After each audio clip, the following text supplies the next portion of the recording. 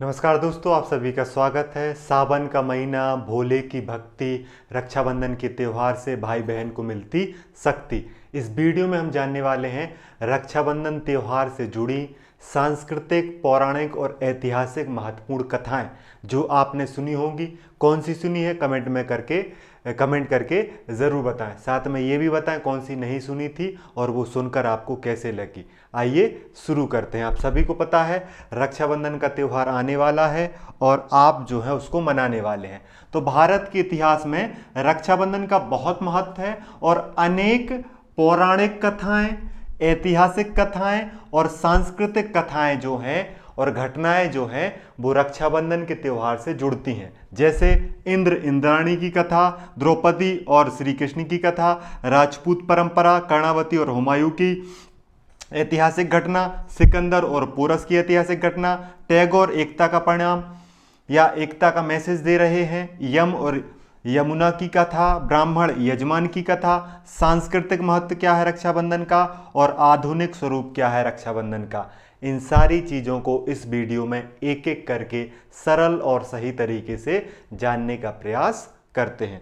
सबसे पहले हम बात करते हैं कि भविष्य पुराण की जो कथा है उसमें बताया गया है कि देवता इंद्र की पत्नी इंद्राणी ने युद्ध में इंद्र की रक्षा के लिए रक्षा सूत्र बांधा था।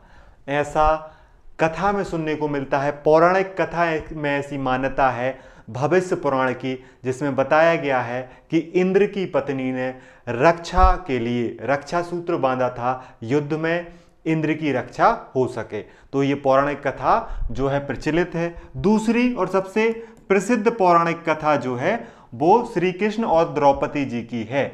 महाभारत प्रसंग में ऐसे देखने को मिलता है कि द्रौपदी ने श्री कृष्ण की उंगली पर अपनी साड़ी का एक टुकड़ा बांधा था और श्री कृष्ण ने उनकी रक्षा का वचन दिया था। ये जो महाभारत प्रसंग है श्री कृष्ण और द्रौपदी जी का, यही बाद में चीरहरण में श्री कृष्ण जी रक्षा के रूप में उस वचन को निभाते हैं। आपने इसके बारे में जरूर सुना होगा। तीसरा, राजपूताना परंपरा रही है कि राजपूत महिलाएं युद्ध पर जाते वीरों की कलाई पर राखी बांधकर उनकी विजय की कामना करती थी। इतिहास में ऐसी हमें घटनाएं देखने को मिलती हैं, इतिहास में ऐसी हमें लोक कथाएं सुनने को मिलती हैं जिसमें बताया जाता है कि राजपूत जब युद्ध करने जाते थे तो बहनें जो हैं अपने वीर भाइयों पर, अपने साहसी भाइयों के लिए युद्ध में जीत मिल सके, इसके लिए वो रक्षाबंधन का त्यौहार मनाकर उन्हें भेजती थी, साहस देती थी, शक्ति देती थी और उनकी विजय का कामना करती थी। ऐसी परंपराओं की चर्चा भी हमें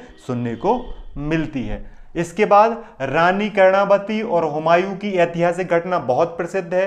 रानी कर्णावती ने मुगल सम्राट हुमायूं को राखी भेजकर चित्तौड़ की रक्षा की कार्यवाही करवाई थी और ऐसी बातें मिलती हैं इतिहासकारों के द्वारा कि हुमायूं ने बाद में चित्तौड़ पर आक्रमण नहीं किया था। मतलब हुमायूं ने भी अपना भाई होने का फर्ज निभाया था। रानी कर्णावती की यहाँ से समझदारी दिखती है कि जब आपको अपने देश की रक्षा करनी पड़ती है तो आपको रिश्तों को बेहतर करना पड़ता है, रिश्तों में सकारात्मकता लानी पड़ती है। अक्सर हम देखते हैं कि जब दिवाली का त्यौहार रहता है, जब स्वतंत्रता दिवस का त्यौहार रहता है या रक्षाबंधन वगैरह का त्यौहार रहता है तो हम पाकिस्तान के साथ भी मिठाई बांटते हैं। अक्सर बॉर्डर में ऐसी आपको इमेजेस देखने को मिलती हैं कि सैनिक जो हैं दिवाली की मिठाई पाकिस्तान के जो सिपाही हैं उनके साथ बांटते हैं। ये इसी प्रकार का संदेश है कि आप दुश्मन से भी बेहतर रिश्ते रख सकते हैं और अगर आपको किसी के आक्रमण का हमला है तो वहां पर भी सकारात्मक रिश्ते बनाए जा सकते हैं। इसी बात का संकेत मिलता है रानी कर्णावती और हुमायूं के रक्षाबंधन के प्रसंग से। सिकंदर और पोरस का प्रसंग एक फेमस है। सिकंदर की पत्नी ने पोरस को राखी भेजी थी जिसके कारण पोरस ने युद्ध में सिकंदर को जीवन दान दिया था, ऐसा भी सुनने को मिलता है। स्वतंत्रता की लड़ाई जब चल रही थी, बंग भंग आंदोलन के समय 1905 में रविन्द्रनाथ टैगोर ने रक्षाबंधन को हिंदू मुस्लिम एकता के प्रतीक के रूप में मनाया था। ऐसा बोला जाता है कि जब बंगाल विभाजन किया गया था तो एकता दिखाने के लिए रक्षाबंधन का त्यौहार मनाया गया था और हिंदू और मुस्लिम ने आपस में एक दूसरे को रक्षा सूत्र बांधा था और अपनी एकता का प्रतीक दिया था। ठीक है, ये हुआ था 1905 में बंग भंग आंदोलन के समय, और इसका जो आइडिया है वो भारत के पहले नोबेल पुरस्कार विजेता रविन्द्रनाथ टैगोर जी ने दिया था, जिन्हें आप गुरुदेव के नाम से भी जानते हैं। इसके बाद यम और यमुना की कथा बहुत फेमस है। यम की बहन यमुना ने उसे राखी बांधकर लंबी आयु का आशीर्वाद दिया था, जिससे रक्षाबंधन की परंपरा शुरू हुई। यम की बहन यमुना ने उसे राखी बांधकर लंबी आयु का आशीर्वाद दिया था।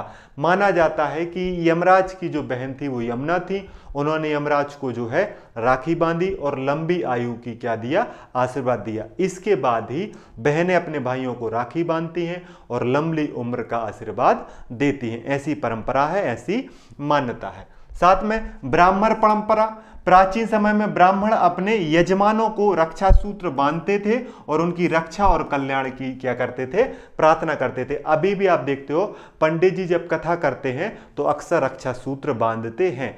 तो ये ब्राह्मण परंपरा है जिसमें यजमानों को ब्राह्मणों के द्वारा रक्षा सूत्र बांधा जाता था, जिससे उनकी रक्षा हो सके, उनका कल्याण हो सके। सांस्कृतिक महत्व क्या है?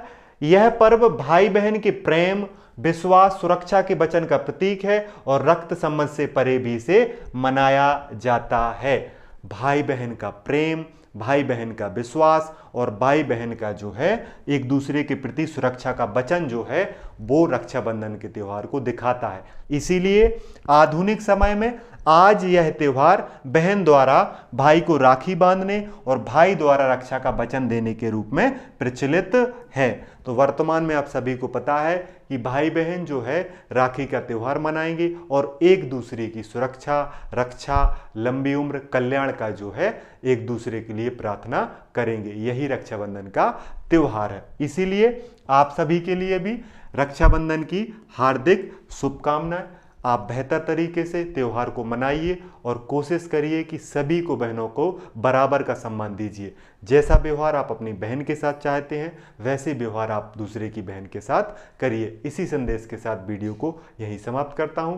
हैप्पी रक्षाबंधन, रक्षाबंधन की हार्दिक शुभकामनाएं। जय हिंद, जय भारत, हैप्पी रक्षाबंधन।